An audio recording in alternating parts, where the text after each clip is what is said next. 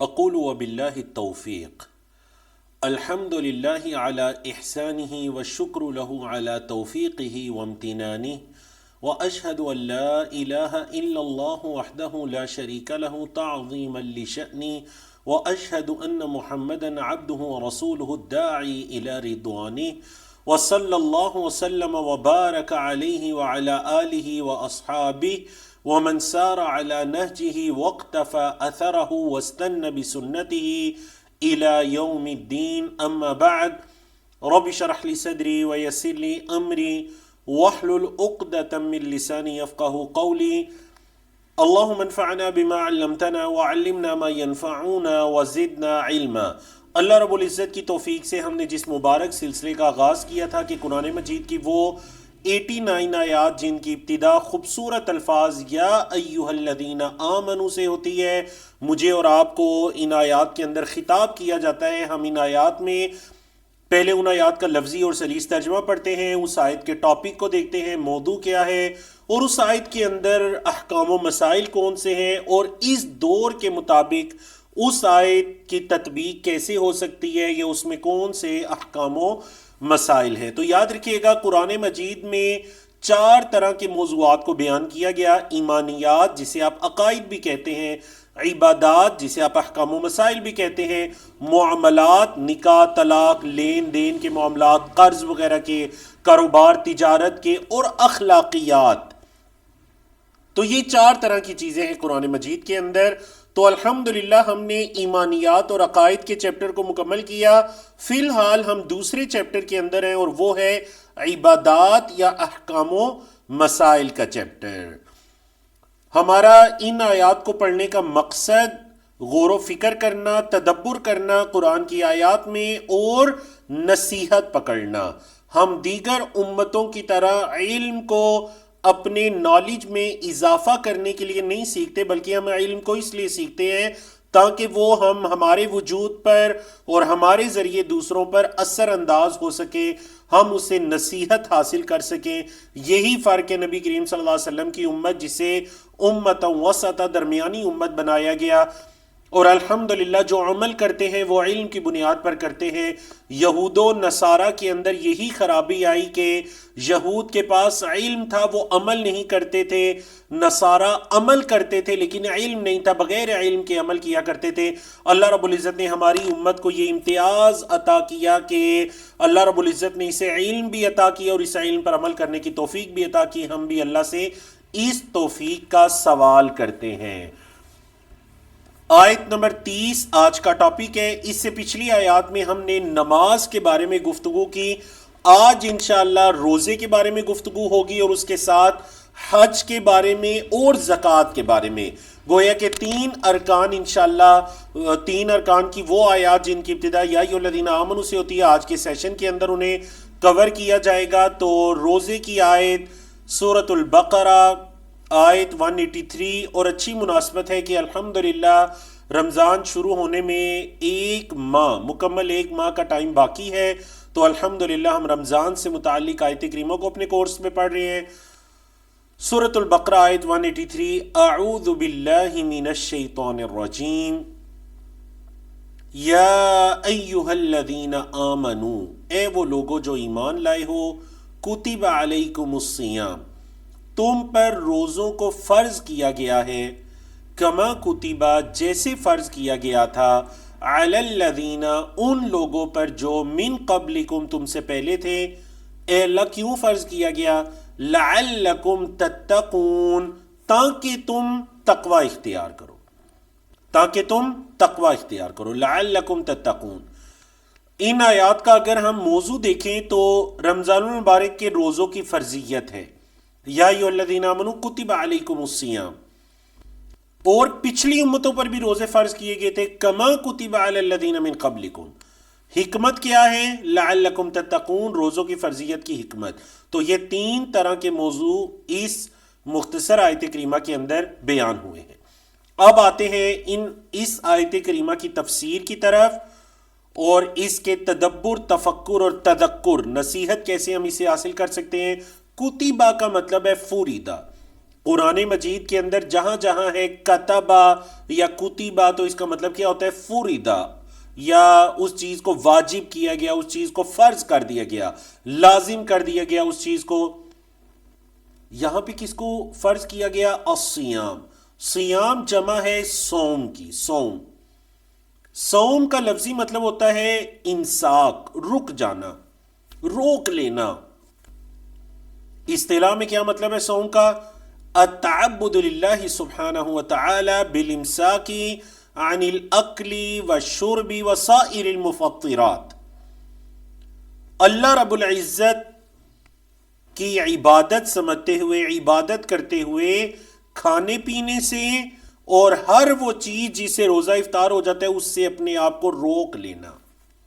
کب سے کب تک؟ من طلوع الفجر، فجر کی طلوع ہونے سے، الی غروب الشمس، غروب شمس تک، فجر کے طلوع ہونے سے غروب شمس تک اپنے آپ کو کھانے پینے اور تمام وہ چیزیں جن سے روزہ افطار ہوتے ہیں ان سے روک لینا، یہ الصوم کہلاتا ہے۔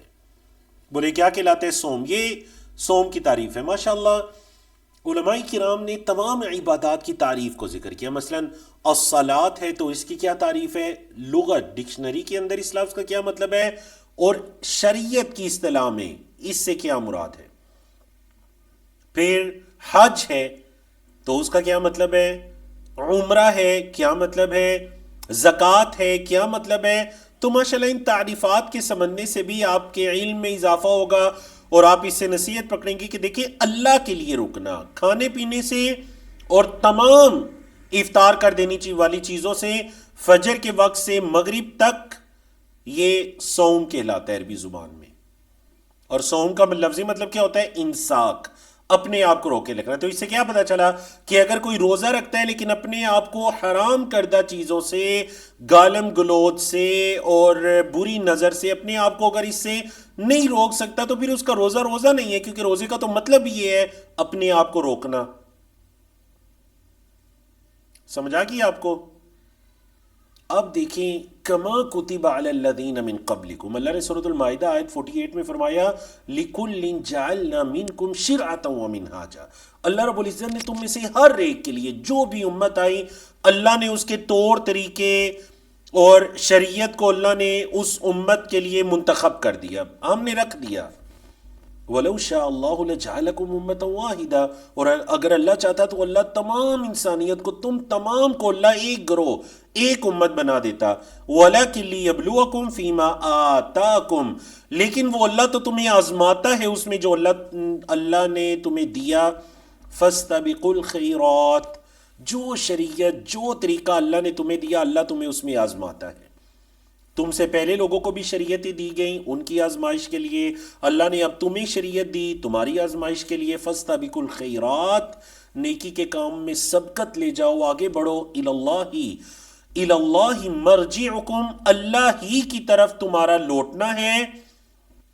بولے جی اللہ ہی کی طرف تمہارا لوٹنا ہے، جمیعا، سب کے سب کا۔ فینبئکم، پھر وہ اللہ تمہیں بتائے گا، بما کنتم فیہ تختلفون، اس چیز کے بارے میں جس میں تم اختلاف کر رہے تھے، جس چیز میں تم اختلاف کر رہے تھے اللہ ہی تمہیں اس کے بارے میں بتائے گا۔ تو الحمدللہ یہ روزے کی جو حکمت آخر پہ بیان کی گئی، لعلکم تتقون، تاکہ تم تقوی اختیار کرو۔ اب دیکھیے روزے کا تقوی سے کیا مطلب ہے؟ تقوی سے اس کا مطلب یہ ہے کہ دیکھیں انسان روزے کے اندر اپنی جائز ضروریات کو چھوڑ دیتا ہے۔ کھانا پینا عام حالات میں جائز ہے، انسان اپنی ضروریات، جائز ضروریات کو نہیں روزے کے اندر پورا کرتا، ایک اللہ کو راضی کرنے کے لیے چھوڑ دیتا ہے۔ تو تقوی یہ کہتا ہے کہ جو چیزیں اللہ نے منع کی ہیں، حرام امور ہیں، ان کو بھی اللہ کے لیے چھوڑ دیا جائے۔ سمجھائی نا آپ کو بات کی کہ مطلب اگر آپ جائز چیزوں کو اللہ کے لیے چھوڑ سکتے ہیں تو تقوی یہ کہتے ہیں کہ حرام کاموں کو آپ اللہ کے لیے کیوں نہیں چھوڑ سکتے؟ مجھے بتائیے، ایک شخص اگر یہ کہتا ہے کہ میں فجر سے لے کر مغرب تک روزے کی حالت میں اپنے آپ کو سگریٹ کی مثال لے لیجیے، اب یہ حرام ہے، منع ہے، میں اپنے آپ کو اس سے روکتا ہوں، لیکن مغرب کے بعد صبر نہیں ہوتا، بتائیے کیسے ہو سکتا ہے؟ مطلب وہ دن میں جب آپ 14 15 16 گھنٹے آپ نے اپنے آپ کو روکے رکھا، تو یہ کیا بات ہے دن میں صبر کیوں نہیں ہوتا؟ بس اپنے آپ کو بات سمجھانے کی ہے۔ دوپہر میں بھی تو آپ نے اللہ کے لیے چھوڑا، تو رات کو بھی اللہ کے لیے چھوڑ دیجئے۔ جن گناہوں کو روزے کی حالت میں چھوڑتے ہیں، روزے کے بعد بھی ان گناہوں کو چھوڑ دیجئے۔ یہ ہے تقوی، یہ ہے تقوی۔ اللہ رب العزت ہمیں توفیق عطا کرے۔ چلتے ہیں جی آیت نمبر 31 کی طرف۔ اور یہ بھی یاد رکھیے گا، جو صوم فریضہ صوم ہے، اس کے متعلق ہمارے کورس میں یہ ایک ہی آیت کریمہ تھی جس کی ابتدا یا ایھا الذین آمنوا سے ہو رہی ہے، اور وہ الحمدللہ ہم نے پڑھ لی ہے۔ اور آپ کی اطلاع کے لیے کہ رمضان سے تقریباً ایک ہفتہ قبل ہر سال ہمارا انڈرسٹینڈ قرآن گلوبل میں ہی استقبال رمضان کا کورس ہوتا ہے، 1 یا 2 دنوں کا، جس کے اندر ہم رمضان کے احکام و مسائل، فضائل، آداب پر تفصیلی گفتگو کرتے ہیں۔ امید ہے کہ آپ لوگ اس کورس کے اندر بھی شریک ہوں گے۔ چلتے ہیں جی آیت نمبر 31، ہمارے کورس کی آیت 31، سورۃ المائدہ کی آیت 94، سورۃ المائدہ کی آیت 94۔ اعوذ باللہ من الشیطان الرجیم۔ یا ایہا الذین آمنوا، اے وہ لوگو جو ایمان لائے ہو، لَيَبْلُوَنَّكُمُ اللَّهُ بِشَيْءٍ مِّنَ الصَّيْدِ تَنَالُهُ أَيْدِيكُمْ وَرِمَاحُكُمْ۔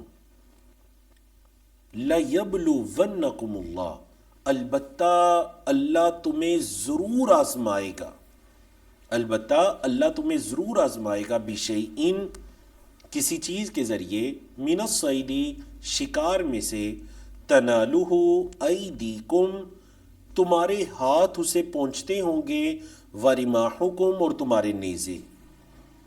سلیس ترجمہ، اے وہ لوگو جو ایمان لائے ہو،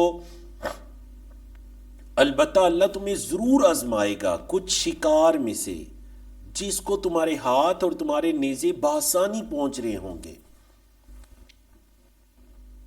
حکمت کیا ہے؟ اللہ کیوں آزمائے گا؟ لِيَعْلَمَ اللَّهُ، تاکہ اللہ جان لے، مَن يَخَافُهُ بِالْغَيْبِ، کون ہے جو بن دیکھے اللہ سے ڈرتا ہے، فَمَنِ اعْتَدَى، جس نے حد سے تجاوز کیا، بَعْدَ ذَلِكَ اس کے بعد، فَلَهُ عَذَابٌ أَلِيمٌ تو اس کے لیے دردناک عذاب ہے۔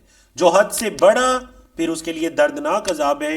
سورۃ المائدہ کی آیت 94 ہے۔ اس آیت کا ٹاپک کیا ہے؟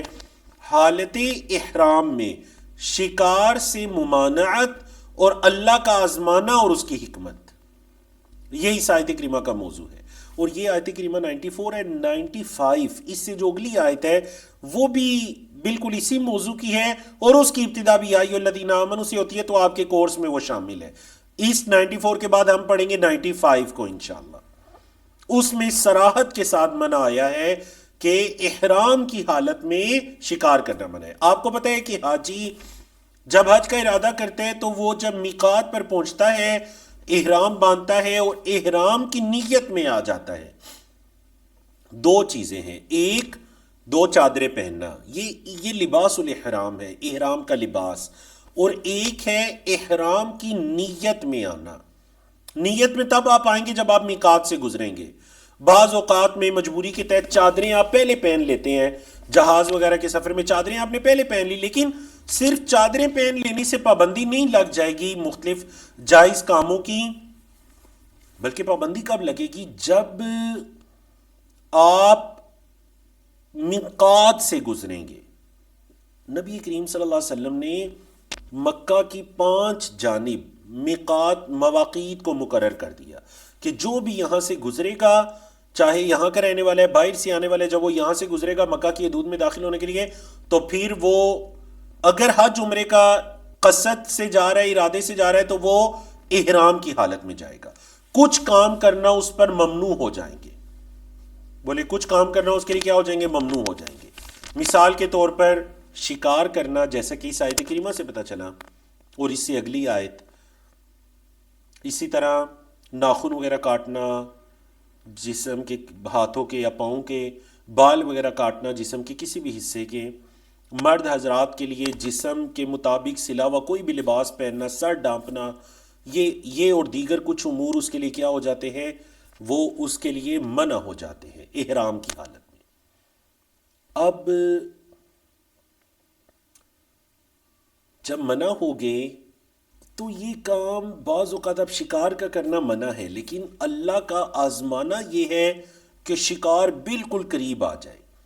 اب دیکھیں عام دنوں میں انسان کو شکار ملے نا، خرگوش ہے یا ہرن وغیرہ ہے یا شتر مرغ وغیرہ ہے، عام دنوں میں انسان کو نہ ملے، لیکن وہ احرام کی حالت میں ہے، شکار نہیں کر سکتا اور شکار بالکل اس کے قریب آ گیا۔ تنالہ ایدیکم ورماحکم، اتنا قریب آ گیا تو اصل میں یہ اللہ کی آزمائش ہے، تاکہ اللہ جان لے کہ کس کے دل میں اللہ کا خوف اور ڈر ہے، جو رک جائے گا، شکار نہیں کرے گا۔ کیوں؟ کیونکہ میں احرام کی حالت میں منع ہے شکار کرنا۔ اور اللہ کی یہ کمال درجے کی حکمت اور رحمت ہے کہ اللہ نے جن امور کے ذریعے بندوں کو آزمانا تھا پہلے اللہ نے بتا بھی دیا، اور جو قضاً اور تقدیراً ہو کر رہنے تھے اللہ نے بتا دیا۔ شیخ عبد الرحمن السعدی نے بڑی پیاری بات لکھی کہ لِيَهْلِكَ مَنْ هَلَكَ عَنْ بَيِّنَةٍ وَيَحْيَى مَنْ حَيَّ عَنْ بَيِّنَةٍ، تاکہ جو زندہ رہیں یا جو عمل کرے وہ دلیل کی بنیاد پر عمل کرے، اور جو ہلاک ہو وہ دلیل کی بنیاد پہ ہلاک ہو۔ دلیل سے پھر جانے کا مطلب اس آیت کریمہ اب پتہ چل گیا کہ منع ہے اور اب اس کے باوجود کرے گا تو یہ ہلاکت ہے، تو اس کو پتہ چل گیا، اللہ نے یہ ساری چیزیں بتا دیں۔ اللہ اکبر۔ ہمارے لیے خاص کر آج کے اس دور میں بہت بڑی آزمائشیں ہیں کہ انسان کے لیے برائی آسان ہو جائے اور وہ اس پر قدرت رکھے، اور اس وجہ سے رک جانے کی بھی بڑی فضیلت ہے۔ دیکھیے کتنی سچ بتائیے کہ زمانہ ماضی میں برائی کا کرنا زیادہ آسان تھا یا اس زمانے کے اندر؟ آنکھوں کی برائی ہے، کانوں کی برائی ہے، ہاتھوں کی برائی ہے۔ اس دور میں برائی بہت آسان ہو چکی ہے، بالکل جس طرح وہ احرام کی حالت میں ان کے لیے شکار کا کرنا آسان ہو گیا، مطلب شکار بالکل ان کے قافلے کے قریب آ گیا۔ اب کیا کریں، کس طرح اپنے آپ کو روکیں، صبر کریں؟ اس طرح یہ تو ایک شکار ہے، ہمارے سامنے کتنے شکار ہیں۔ موبائل فون ہے، اس کے ذریعے کتنے گناہ ہیں، برائیاں ہیں، عام ہو جائیں گی، اللہ اکبر، اور عام ہو چکی ہیں، کتنا گناہ کا کرنا آسان ہو گیا۔ تو یہ اللہ کی آزمائش ہے، اللہ کی آزمائش ہے، اس میں کامیاب ہوں، اللہ سے توفیق کا سوال کریں، لا حول ولا قوت الا باللہ کثرت کے ساتھ پڑھیں۔ اللہ کے رسول صلی اللہ علیہ وسلم نے فرمایا وہ 7 لوگ جنہیں اللہ قیامت کے دن اپنا سایہ نصیب کرے گا، جس دن اس سائے کے علاوہ کوئی سایہ نہیں ہوگا، ان میں ایک شخص، ان 7 خوش نصیب لوگوں میں ایک شخص وہ بھی ہوگا، رجل دعته امرأة ذات منصب و جمال، وہ بندہ کہ جس کو ایک عورت دعوت گناہ دیتی ہے، وہ کوئی عام عورت نہیں ہوتی، خوبصورت بھی ہوتی ہے اور اچھے حسب و نسب کی مالک کے کسی اچھی پوزیشن پر بھی ہوتی ہے، وہ اس کو گناہ کی دعوت دیتی ہے۔ قال انی اخاف اللہ، وہ کہتے ہیں میں اللہ سے ڈرتا ہوں، بس انی اخاف اللہ، میں اللہ سے ڈرتا ہوں۔ تو آپ اندازہ لگائیے نا، کیا یہ کام کوئی آسان ہے؟ اور یہ اللہ کی توفیق ہے۔ بولے یہ کام اللہ کی توفیق ہے، اللہ جس کو توفیق عطا کر دے، اللہ ہم سب کو بھی توفیق عطا کرے۔ انی اخاف اللہ، کوئی بندہ گناہ دیکھے اور وہ کہ انی اخاف اللہ، میں اللہ سے ڈرتا ہوں، میں یہ گناہ نہیں کر سکتا۔ کیوں؟ کیونکہ میں اللہ سے ڈرتا ہوں، میرے دل کے اندر اللہ کا ڈر ہے، تقویٰ ہے، تقویٰ اس کو اس گناہ سے بچا لے۔ جب گناہ کا کرنا بالکل آسان ہو جائے،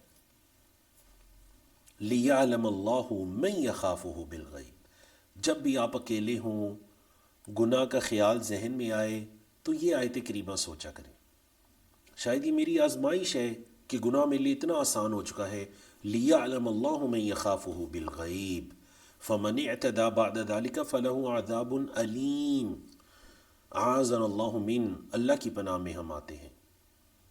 چلتے ہیں آیت نمبر 32 کی طرف، جو کہ میں نے کہا کہ سورۃ المائدہ کی ہی آیت نمبر 95 ہے۔ ابھی ہم نے آیت نمبر 94 کو پڑھا، اب 95 بالکل اسی موضوع کی آیات ہے، ایک موضوع بیان ہو رہا ہے، حج کا۔ پہلے ترجمہ پڑھ لیجئے۔ پھر ہم موضوع اور احکام و مسائل کی طرف آتے ہیں۔ اللہ رب العزت نے فرمایا اعوذ باللہ من الشیطان الرجیم یا ایہا الذین آمنوا لا تقتلوا الصید وانتم حرم، اے وہ لوگو جو ایمان لائے ہو، نہ تم قتل کرو شکار کو، لا تقتلوا الصید، نہ تم قتل کرو شکار کو، وانتم حرم، اور تم احرام کی حالت میں ہو۔ وہ یہاں حالیہ ہے کہ جب تم احرام کی حالت میں ہو تو تم شکار کو مت قتل کرو۔ بولے تم شکار کو مت قتل کرو، مطلب شکار مت کرو جب تم احرام کی حالت میں ہو۔ وَمَنْ قَتَلَهُ مِنْكُمْ مُتَعَمِّدًا، وَمَنْ قَتَلَهُ، اور جس نے قتل کیا، وَمَنْ قَتَلَهُ، اور جس نے اس کو قتل کیا یعنی شکار کو، منکم، تم میں سے، متعمدن، جان بوجھ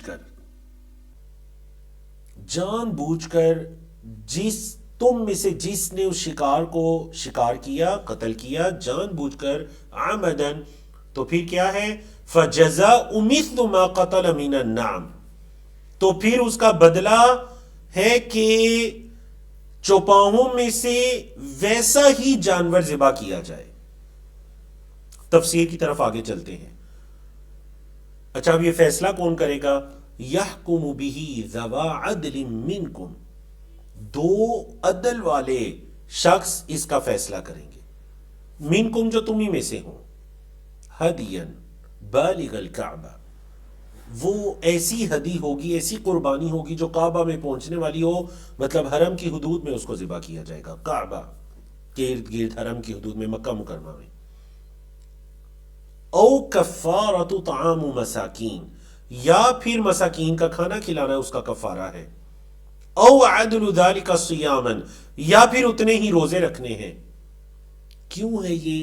لیذوق وبال امرہ، تاکہ وہ چکھ لے اپنے اس معاملے کے وبال کو، اس کو پتا ہو کہ اس نے کیا کیا ہے، تاکہ وہ اپنے اس معاملے کے وبال کو چکھ لے۔ عفا اللہ عما سلف، جو گزر چکا وہ اللہ نے معاف کیا، جو گزر چکا وہ اللہ نے معاف کیا، سلف جو گزر چکا۔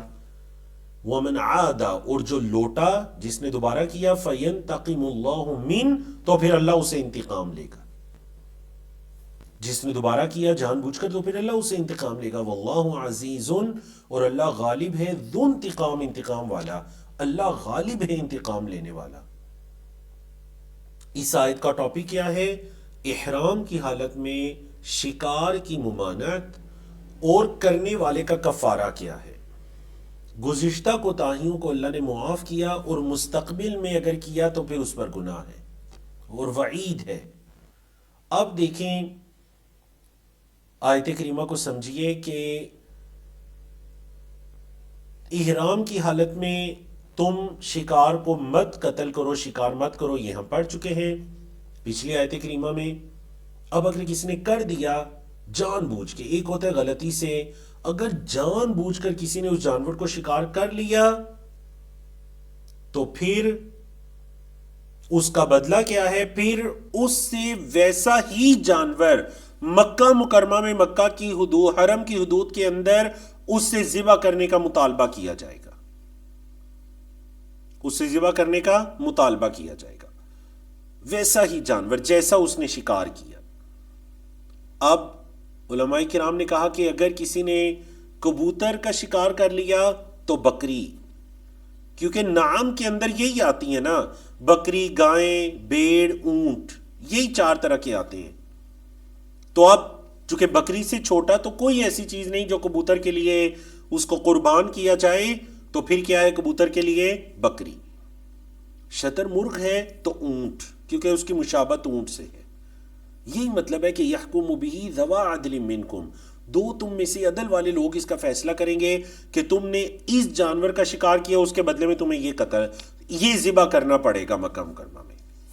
وحشی گائیں، وحشی گائیں جو نیل گائیں جسے کہتے ہیں، اگر وہ شکار کی تو اس کے لیے گائیں ذبح کرنی پڑے گی۔ ایسی ہی ہر جو جانور ہے اس کے مشابہ، مثال کے طور پر علماء کرام نے کہا جو خرگوش ہے، اکثر جو ہے وہ زمانے کے اندر خرگوش وغیرہ، ارنب جس کو کہتے تھے، اس کا بھی شکار کر لیا جاتا تھا. تو اب اگر خرگوش وغیرہ ہیں تو پھر اس کے لیے کیا کیا جائے گا جی؟ خرگوش کے لیے بکری وغیرہ. تو اسی کی مانند جانور قربان کیا جائے گا. اور اگر کوئی جانور نہیں کر سکتا تو پھر مساکین کا کھانا اس کا کفارہ ہے، یا پھر روزے رکھنا. اب کتنا کھانا ہوگا؟ کتنا کھانا؟ تو انہوں نے کہا کہ وہ اس جانور کے مطابق ہوگا جس جانور کو اس نے قتل کیا ہوگا، شکار کیا ہوگا، اس کے مطابق مساکین کا کھانا، اتنا ہی مساکین کا کھانا ہوگا. مثال کے طور پر اگر کسی نے بڑا جانور قتل کیا تو پھر وہ زیادہ مساکین کو کھانا کھلائے گا، جتنا اس جانور کے برابر کھانا ہو سکتا ہے. اللہ اکبر. اور یہاں پر یہ حدیث مبارکہ ام المؤمنین حضرت عائشہ رضی اللہ تعالیٰ عنہ کی حدیث کہ اللہ کے رسول صلی اللہ علیہ وسلم نے فرمایا 5 چیزیں ایسی ہیں جنہیں حرم کی حدود میں بھی قتل کر دیا جائے گا. ویسے تو کسی جاندار کو قتل کرنا، حتیٰ کہ پودے وغیرہ بھی اکھیڑنے کی اجازت نہیں ہے، لیکن حرم کی حدود میں 5 ایسے جانور جو نقصان دینے والے ہیں ان کو قتل کرنے کی اجازت ہے، بلکہ انہیں قتل کرنا مستحب ہے، انہیں قتل کیا جائے گا حرم کی حدود میں. وہ 5 چیزیں کون سی ہیں؟ الغراب، کوا، والحداۃ اور چیل، والعقرب بچھو، والفأرۃ چوہا، والکلب العقور اور کاٹنے والا کتا، یہ ایسا کتا جو پاگل ہو چکے، اعزکم اللہ. اور ایک حدیث میں یہ فرمایا کہ یقتل خمس فواسق فی الحل والحرم، 5 شرارتی چیزیں ایسی ہیں جن کو حل میں بھی اور حرم میں دونوں جگہ پر قتل کیا جائے گا. کوئی حرم کی حدود کے اندر ہے یا باہر ہے، ان کو قتل کیا جائے گا. 5 چیزیں ایسی ہیں.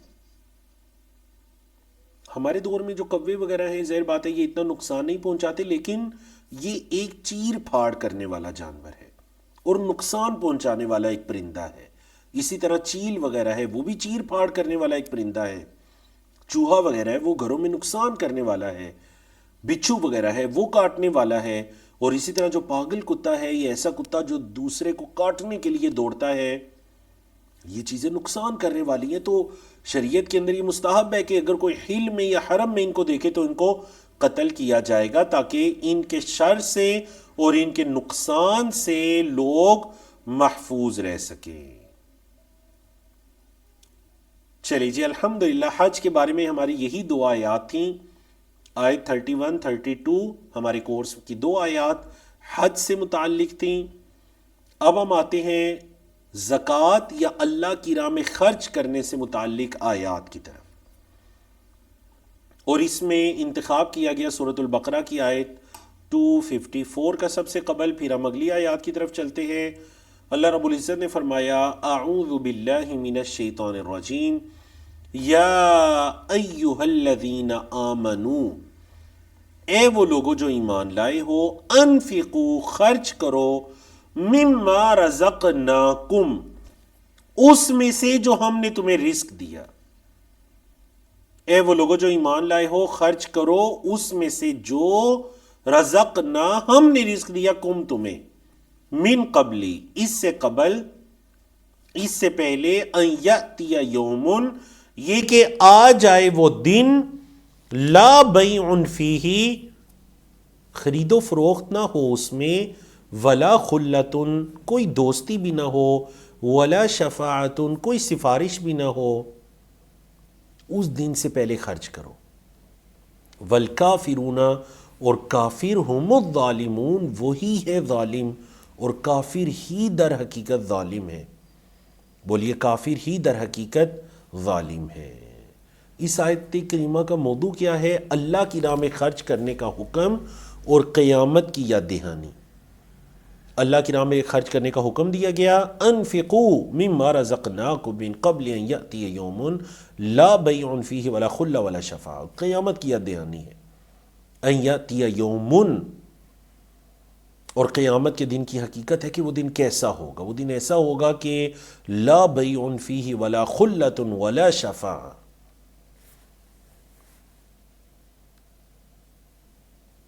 تو خرچ کرنے میں انفقو، قرآن مجید میں جہاں جہاں خرچ کرنے کا حکم دیا گیا نا انفقو کے الفاظ کے ساتھ، یا انفاق فی سبیل اللہ کا تذکرہ ہے، تو یاد رکھیے گا اس میں سب سے پہلے نمبر پر فرضی انفاق آتا ہے. بولی سب سے پہلے نمبر پر کیا آتا ہے؟ جو فردی انفاق ہے. اور وہ کیا ہے؟ وہ زکوٰۃ ہے، کہ جب آپ کا مال نصاب کو پہنچ جائے اور اس کو آپ کے پاس 1 سال کا عرصہ گزر جائے تو آپ پر لازم ہو جاتا ہے اس سے زکوٰۃ ادا کرنا، یعنی کہ اس کا 40واں حصہ اللہ کی راہ میں دینا. 39 حصے آپ کے پاس رہیں گے، 1 حصہ اللہ کی راہ میں دیا جائے گا. اور زکوٰۃ کا لفظی مطلب یہ پاکی، پاک کرنا. مطلب جب مال کی زکوٰۃ دے دی جائے گی، 1 حصہ دے دیا جائے گا، تو جو باقی کے 39 حصے ہیں وہ پاک ہو جائیں گے. گویا کہ اس 1 حصے نے ان 39 حصوں کو پاک کر دیا. اور پھر اس کے بعد دیگر نفلی صدقات و خیرات ہے. قیامت کے دن کی یہی حقیقتیں اللہ نے سورۃ المؤمنون اور سورۃ آل عمران کے اندر بھی بیان فرمائی. سورۃ المؤمنون میں اللہ نے کیا فرمایا؟ فَإِذَا نُفِخَ فِي الصُّورِ فَلَا أَنْسَابَ بَيْنَهُمْ يَوْمَئِذٍ، جب سور میں پھونک دیا جائے گا تو پھر ان کے درمیان کوئی رشتہ داری نہیں ہوگی، کوئی نسب نہیں ہوگا. وَلَا يَتَسَاءَلُونَ، اور نہ ایک دوسرے سے کوئی سوال کریں گے. اور آل عمران میں کیا فرمایا کہ بے شک جن لوگوں نے کفر کیا اور کفر کی حالت میں وہ مر گئے تو ان سے زمین کے برابر بھی سونا ہوا تو وہ قبول نہیں کیا جائے گا، اگرچہ وہ اس کو فدیہ دے دے، قبول نہیں کیا جائے گا. یہی وہ لوگ ہیں کہ ان کے لیے دردناک عذاب ہے اور ان کا کوئی مددگار، کوئی ان کی مدد کرنے والا نہیں ہوگا. وَمَا لَهُم مِّن نَاصِرِينَ، کوئی ان کی مدد کرنے والا نہیں ہوگا. دیکھیں نا، جب انسان کسی چیز کو حاصل کرنے کا ارادہ کرتا ہے یا اپنے آپ کو کسی چیز سے بچانے کا ارادہ کرتا ہے تو یا وہ خرچ کرتا ہے یا پھر کوئی دوستی یاری کام آ جاتی ہے، یا اگر خرچ بھی نہیں کر رہا، دوستی یاری بھی کام نہیں آئی، تو پھر کیا ہوتا ہے؟ پھر یہ ہوتا ہے کہ کوئی تیسرا آ کر سفارش کر دیتا ہے. تو قیامت کے دن کے تعلق سے ان تینوں چیزوں کی نفی کر دی گئی. نہ تو اس دن کوئی خرید و فروخت ہوگی کہ آپ کچھ خرید فروخت کر کے اپنے آپ کو بچا لیں، نہ اس دن کوئی دوستی یاری ہوگی کہ کوئی آپ کو آ کر بچا لے، نہ ہی کوئی سفارش وغیرہ ہوگی. دوسرا جو اس آیت کریمہ کے اندر الفاظ ہے انفقوا مما رزقناکم،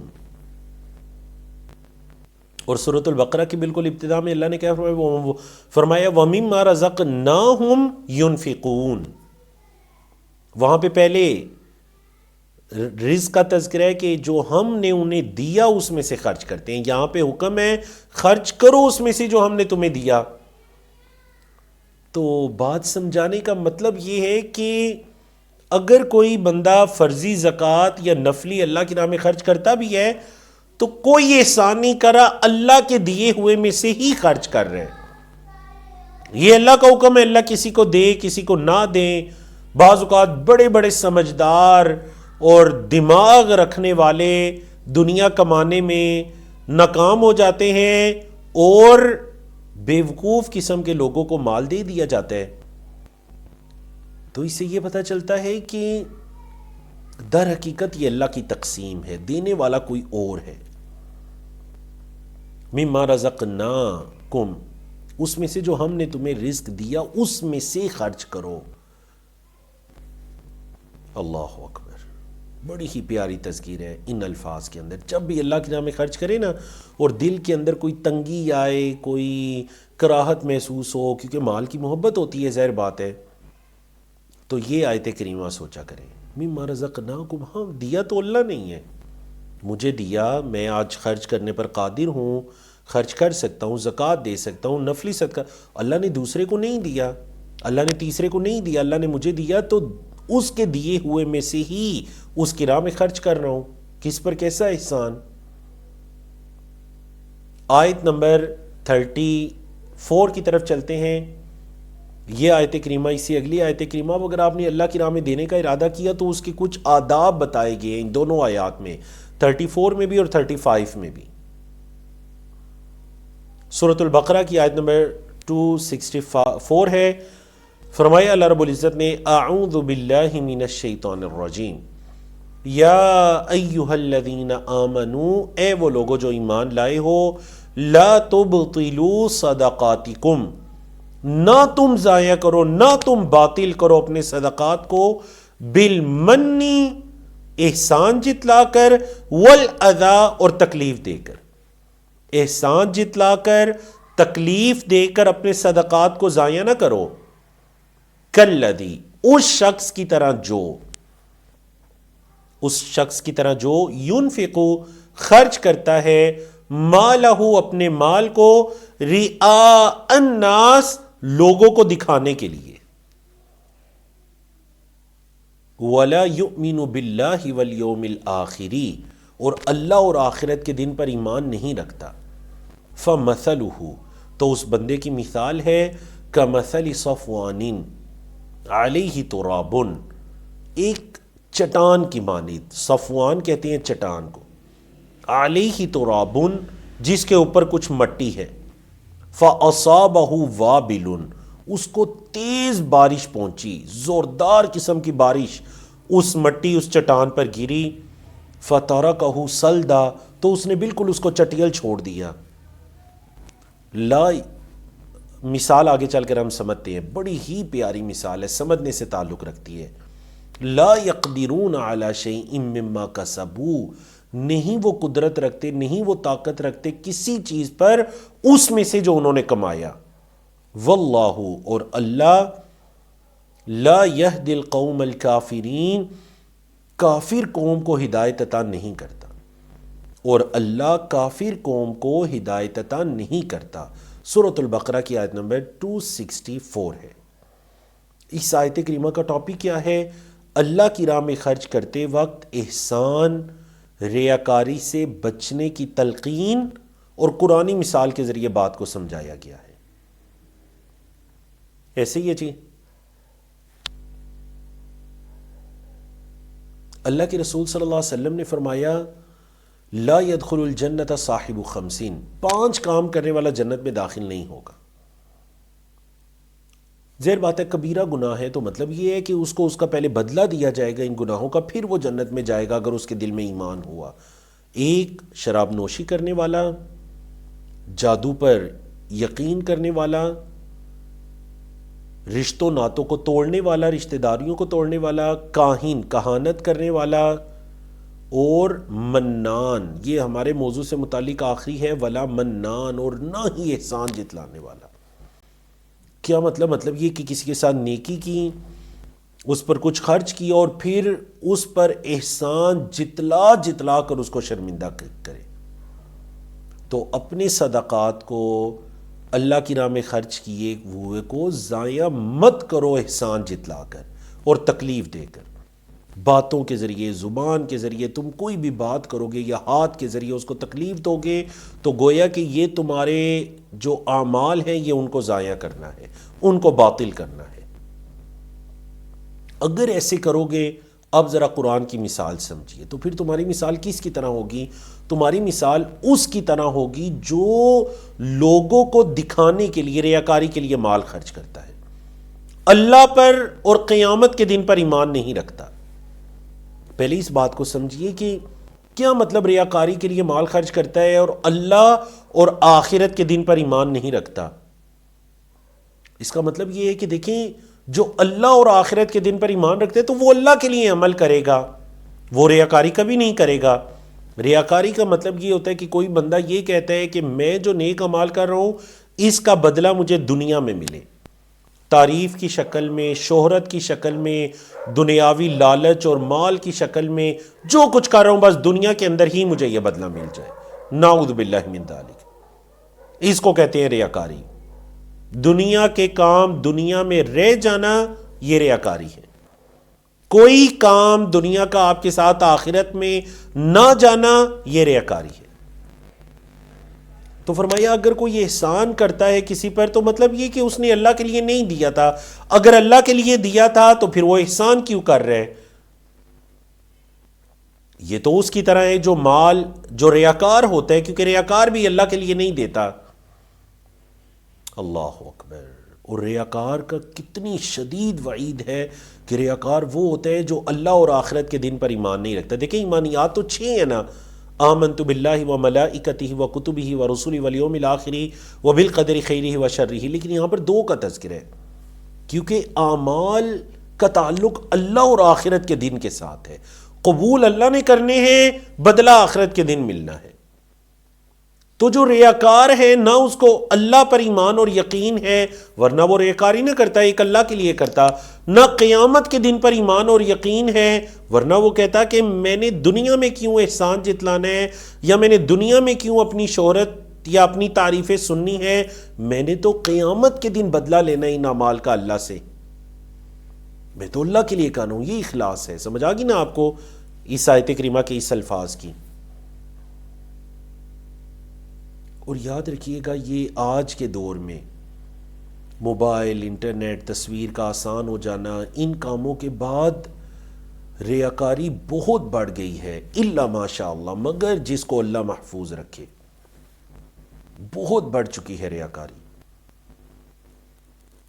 کوئی کسی کو کچھ دیتا ہے تو وہ کہتا ہے چلے میں ذرا اس کو اس کی میں کوریج بھی کر لوں، اس کو میں وائرل بھی کر دوں. اللہ کے نام میں بھی خرچ کر رہے ہیں، وائرل کر رہے ہیں. نیتیں اللہ جانتے ہیں، بعض کی نیت اچھی بھی ہو سکتی ہے، ہم نیت پر حکم نہیں لگا سکتے، لیکن اکثر یہ دیکھا جاتا ہے، اکثر یہ ہوتا ہے.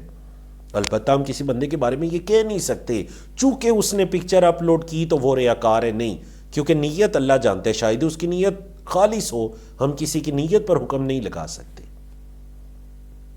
ہاں ایسے ان تمام کاموں سے بچنا چاہیے جو انسان کو ریاکاری کی طرف لے کر جاتے ہیں، کیونکہ انسان بڑا کمزور ہے، وہ بھول جاتا ہے. اب ذرا مثال کو سمجھیے. دیکھیں مثال یہ کہہ رہی ہے کہ ایک چٹان ہے، چٹان کے اوپر مٹی ہے. اب ایک شخص یہ سمجھتا ہے کہ شاید یہ بڑی زرخیز مٹی ہے، اس مٹی پر بیج بو کر فصل بو دیتا ہے. اب جب زوردار بارش ہوئی تو چونکہ وہ مٹی تو نہیں تھی، وہ تو چٹان کے اوپر کچھ دھول وغیرہ تھی. اب ہوا اس طرح کہ تیز بارش سے وہ ساری مٹی بھی اور بیج وغیرہ سب کچھ بہہ گیا، کچھ بھی چٹان پر باقی نہ رہا. سمجھ آئی مثال کی؟ تو یہ مطلب ہے کہ لا یقدرون علی شیء مما کسبوا، جو ان کے اعمال تھے اس میں سے کوئی چیز ان کے پاس نہیں رہے گی. تو ریاکار کی کیا مثال ہے؟ ریاکار کی مثال ہے چٹان کے اوپر بیج بونے والے کی، کہ جب بارش ہوئی تو نہ بیج بچا نہ مٹی بچی، کچھ رہا ہی نہیں. نیچے چٹیل جو ہے آیت کریمہ میں فَتَرَكَهُ صَلْدًا، اس بارش نے نیچے سے چٹان نکال دی، کچھ ہے ہی نہیں، بیج کہاں سے آیا. تو یہ مطلب ہے اگر ریاکاری سے عمل کریں گے تو کچھ بھی نہیں بچے گا، وہ چٹان ہی رہ جائے گی چٹیل. اعاذنا اللہ من. اللہ رب العزت ہمیں شہرت کے فتنے سے، ریاکاری کے فتنے سے، دکھلاوے کے فتنے سے، اپنی تعریفوں کو سننا، اس پر خوش ہونا، اللہ رب العزت ہمیں ان تمام فتنوں سے محفوظ فرمائے. آمین یا رب العالمین. تو اس کا تعلق بھی اللہ کی راہ میں مال خرچ کرنے کے ساتھ تھا، چاہے وہ زکوٰۃ ہے چاہے وہ نفلی صدقات ہیں، اللہ کی راہ میں مال خرچ کرنے کے ساتھ ہے. آیت نمبر 35 کی طرف جاتے ہیں. جب آیت نمبر 34 میں جو کہ سورۃ البقرہ کی آیت نمبر 264 تھی اس میں کچھ خرچ کرنے کے آداب بتائے گئے، تو سورۃ البقرہ کی ہی آیت نمبر 267، 64 کے بعد 267، مطلب ٹاپک وہی چاہ رہے ہیں ان آیات میں، مزید کچھ خرچ کرنے کے آداب کو بتا دیا گیا. ظاہر بات ہے جی اس میں فرضی زکوٰۃ بھی اور نفلی صدقہ خیرات بھی. فرمایا اللہ نے اعوذ باللہ من الشیطان الرجیم، یا ایھا الذین آمنوا، اے وہ لوگوں جو ایمان لائے ہو، انفقوا خرچ کرو، من طیبات پاکیزہ میں سے، پاکیزہ چیزوں میں سے خرچ کرو، ما کسبتم جو تم نے کمایا، ومما اور اس میں سے جو اخرجنا لکم من الارض جو ہم نے تمہارے لیے نکالا زمین میں سے، اس میں سے بھی خرچ کرو جو ہم نے تمہارے لیے زمین سے نکالا. وَلَا تَيَمَّمُوا الْخَبِيثَ، اور خبیث مال کو مت ملاؤ اس سے، خبیث مال کا ارادہ نہ کرو اس میں سے، منہ تنفقون اس سے تم خرچ کرتے ہو، ولستم بآخذیہ حالانکہ تم اس کو خود لینے والے نہیں ہو۔ جو ذرا گھٹیا مال ہے یا جو تھوڑا کم کوالٹی کا ہے یا لو کوالٹی کا ہے، تم اس کا ارادہ نہ کرو، کیوں؟ کیونکہ ولستم بآخذیہ تم خود تو نہیں وہ لیتے، الا ان تغمضوا فیہ الا یہ کہ تم اپنی آنکھیں بند کر لو، وَاعْلَمُوا اور جان لو ان اللہ غنی حمید اللہ رب العزت غنی ہے، اسے کوئی پرواہ نہیں تمہارے خرچ کیے گئے کی جس میں تمہاری نیتیں ہی خالص نہ ہوں، حمید وہ قابل تعریف ہے، وہ غنی ہے اور وہ قابل تعریف ہے۔ آیت کا موضوع کیا ہے؟ پاکیزہ مال میں سے عمدہ چیز اللہ کی راہ میں خرچ کرنے کا حکم، پاکیزہ مال میں سے جو عمدہ اور اعلیٰ چیز ہے وہ اللہ کی راہ میں خرچ کی جائے۔ خرچ کرنے کی کچھ آداب آپ نے آیت نمبر 264 میں ابھی سیکھے کہ جب خرچ کریں تو احسان مت جتلائیں، جس پر خرچ کیا اسے تکلیف نہ دیں، اور بعض لوگ یہ بھی ہوتے ہیں نا، دیکھیں جدید دور میں خرچ اس لیے کرتے ہیں تاکہ پھر ضرورت پڑنے پر ان سے اپنا کوئی کام نکلوا لیں، یہ بھی اللہ کے لیے خرچ کرنا نہیں ہے۔ تو کچھ آداب وہاں پر بتا دیے گئے، ریاکاری وغیرہ سے خرچ کرتے ہوئے بچا جائے، کچھ آداب اس آیت میں بتائی جا رہے ہیں۔ اب اس آیت کا شان نزول سنیے، آپ کو یہ آیت سمجھ آ جائے گی، خاص کر یہ جو الفاظ ہیں نا، وَلَا تَيَمَّمُوا الْخَبِيثَ مِنْهُ تُنْفِقُونَ وَلَسْتُمْ بِآخِذِيهِ إِلَّا أَن تُغْمِضُوا فِيهِ۔ ان الفاظ کو سمجھنے کے لیے ایک چھوٹا سا واقعہ سنیے۔ ہوتا اس طرح تھا، نبی کریم صلی اللہ علیہ وسلم کی مسجد کے اندر 60-70 یا اس سے بھی زیادہ اصحاب صفہ تھے، کچھ ایسے لوگ تھے جو نبی کریم صلی اللہ علیہ وسلم سے علم حاصل کرنے کے لیے، احکام و مسائل کو سیکھنے کے لیے، عقیدے کو سیکھنے کے لیے، قرآن کی آیات کو سننے کے لیے، نبی کریم صلی اللہ علیہ وسلم کے شب و روز کو دیکھنے کے لیے مسجد نبوی کے اندر رہتے تھے۔ فقراء بھی تھے، مساکین بھی تھے، مسجد نبوی میں ان کی رہائشیں تھیں۔ اب جو انصار صحابہ کرام تھے جن کو اللہ نے مال دیا ہوا تھا، ان کے کھجوروں کے باغات وغیرہ تھے، تو وہ اس طرح کرتے کہ کھجوروں کے کچھ گچھے لیتے اور مسجد نبوی میں آ کر اس کے چھت کے ساتھ لٹکا دیتے۔ یہ جو اصحاب صفہ تھے، جب ان میں سے کسی کو بھوک لگتی، یہ جاتا ٹہنی لے کر ان گچھوں پر مارتا، جو کھجوریں گرتی پکی ہوئی ہوتی گرتی، وہ اس کو کھا لیا کرتا تھا، ان کی ضرورت پوری ہو جاتی۔ بعض صحابہ کرام نے، بعض لوگوں نے اس طرح کیا کہ جو ردی مال ہوتا ہے، مطلب جو لو کوالٹی کی کھجوریں جو بازار وغیرہ میں بھی وہ نہیں بیچ سکتے تھے، وہ بھی لا کر مسجد نبوی میں چھوڑنا شروع کر دی کہ چلے اصحاب صفہ اس کو کھا لیں گے۔ بتائیے بعض اوقات ایسا ہوتا ہے یا نہیں کہ جب انسان یہ سمجھتا ہے نا کہ یار یہ چیز تو بالکل فالتو ہے، اب اس کا کوئی عمل نہیں ہے، اس کا کوئی فائدہ نہیں ہے، تو چلو پھر یہ اللہ کی راہ میں خرچ کر دو۔ تو اللہ نے فرمایا اس طرح مت کرو، انفقوا من طیبات ما کسبتم، جو پاکیزہ تمہاری اعلیٰ چیزیں نا وہ خرچ کرو اللہ کی راہ میں، جو ہم نے زمین سے نکالی، مطلب تمہارے لیے پھل فروٹ گندم، اس میں سے جو اعلیٰ کوالٹی کی چیز ہے، بہترین کوالٹی کی چیز ہے، وہ اللہ کی راہ میں دو۔ تم ایسے مال کا ارادہ مت کرو کہ تم اگر وہ تمہیں دیا جائے تو تم اس کو شرم و حیا کی وجہ سے پسند نہ کرو، اپنے لیے وہ پسند نہیں کرتے اور اللہ کی راہ میں وہ دیتے ہو۔ اور اللہ تو غنی ہے، اللہ تو غنی ہے، اللہ کو تمہارے ایسے صدقات، ایسے اللہ کی راہ میں مال خرچ، اللہ کی راہ میں خرچ کیے ہوئے کہ اللہ کے ہاں کیا حیثیت ہے تمہارے، وہ تو غنی ہے۔ اللہ اکبر، سمجھ آ گئی آپ کو آیت کریمہ؟ تو جو چیز تم اپنے لیے نہیں پسند کرتے وہ اللہ کے لیے کیسے پسند کرتے ہو؟ حالانکہ اللہ نے سورۃ آل عمران آیت 92 جو چوتھے پارے کی پہلی آیت ہے، اللہ نے کیا فرمایا؟ لن تنالوا البر حتى تنفقوا مما تحبون، ہرگز تم نیکی کو نہیں پا سکتے یہاں تک کہ تم وہ خرچ کرو جو تم پسند کرتے ہو۔ جب تک تم وہ نہیں خرچ کرو گے تم نیکی کو نہیں پا سکتے۔ وما تنفقوا من شيء، اور جو بھی چیز تم خرچ کرو فإن اللہ به علیم، تو اللہ اس کا علم رکھتا ہے۔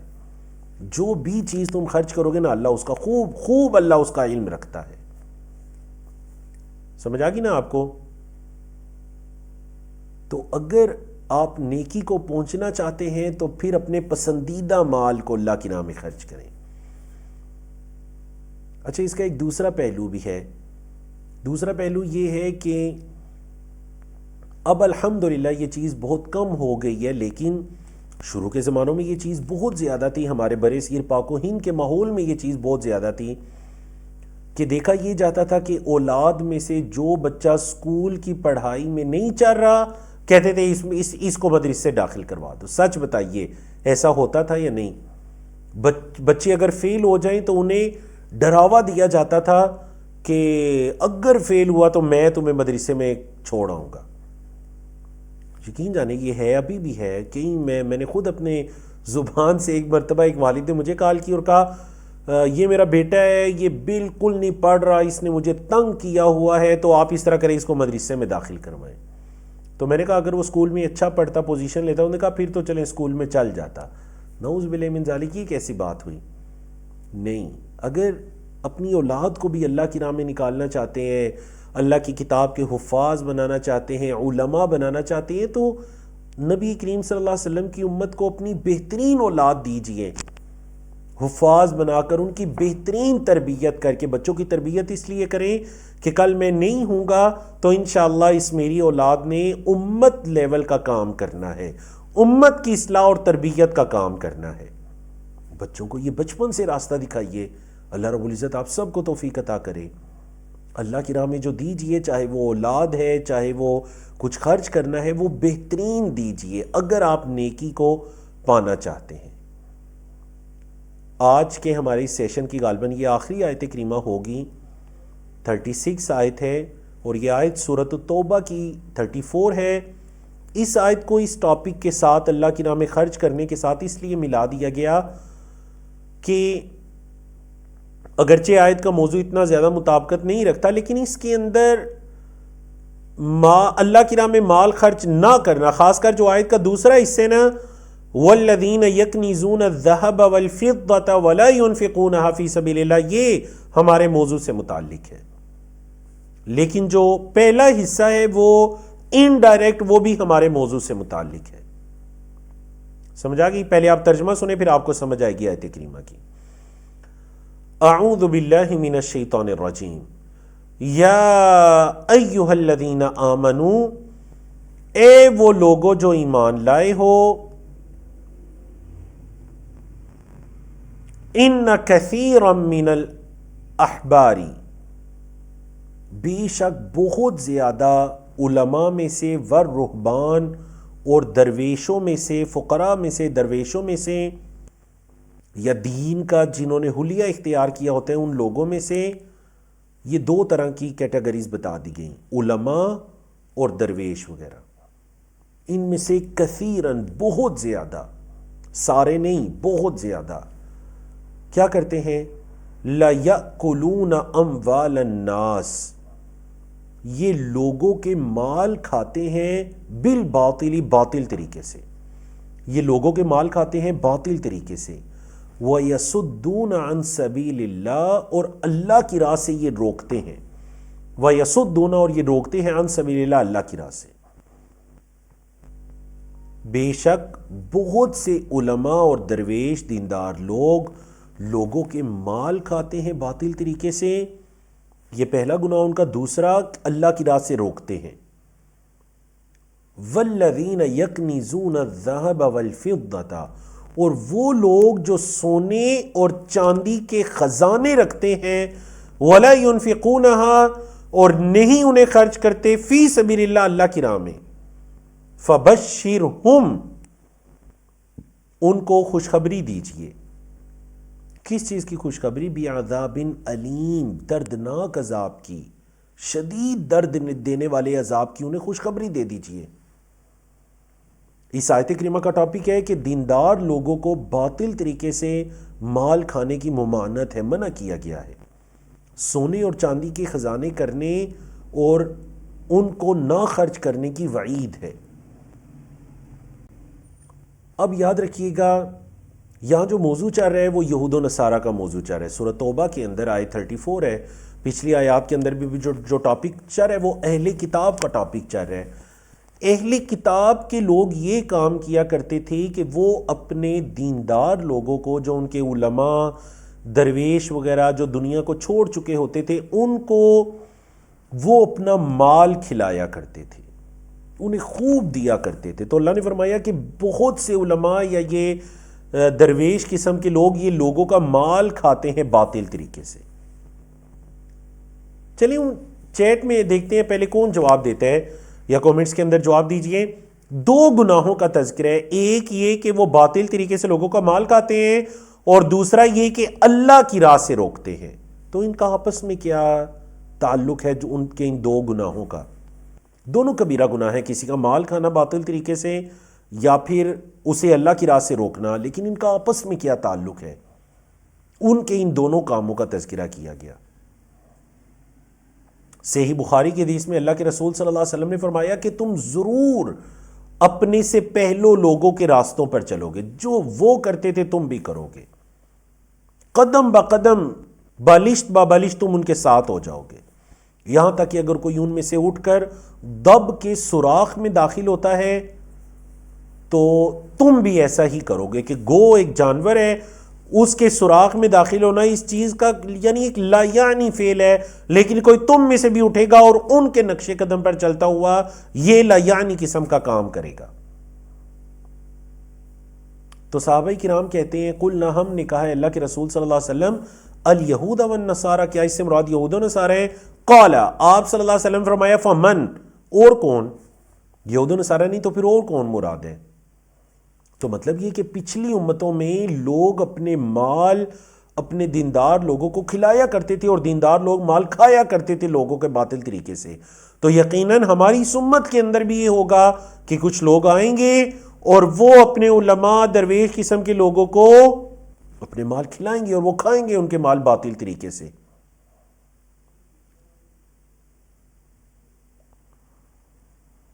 چلیں اب دیکھتے ہیں، آپ کے جوابات کی طرف آتے ہیں۔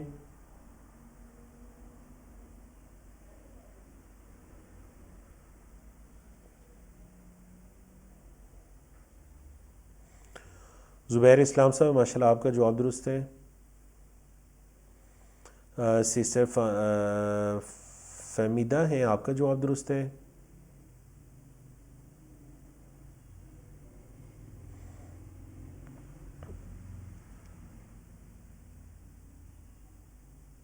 بارک اللہ فیک۔ سسٹر عائشہ آپ کا بھی جواب درست ہے ماشاءاللہ۔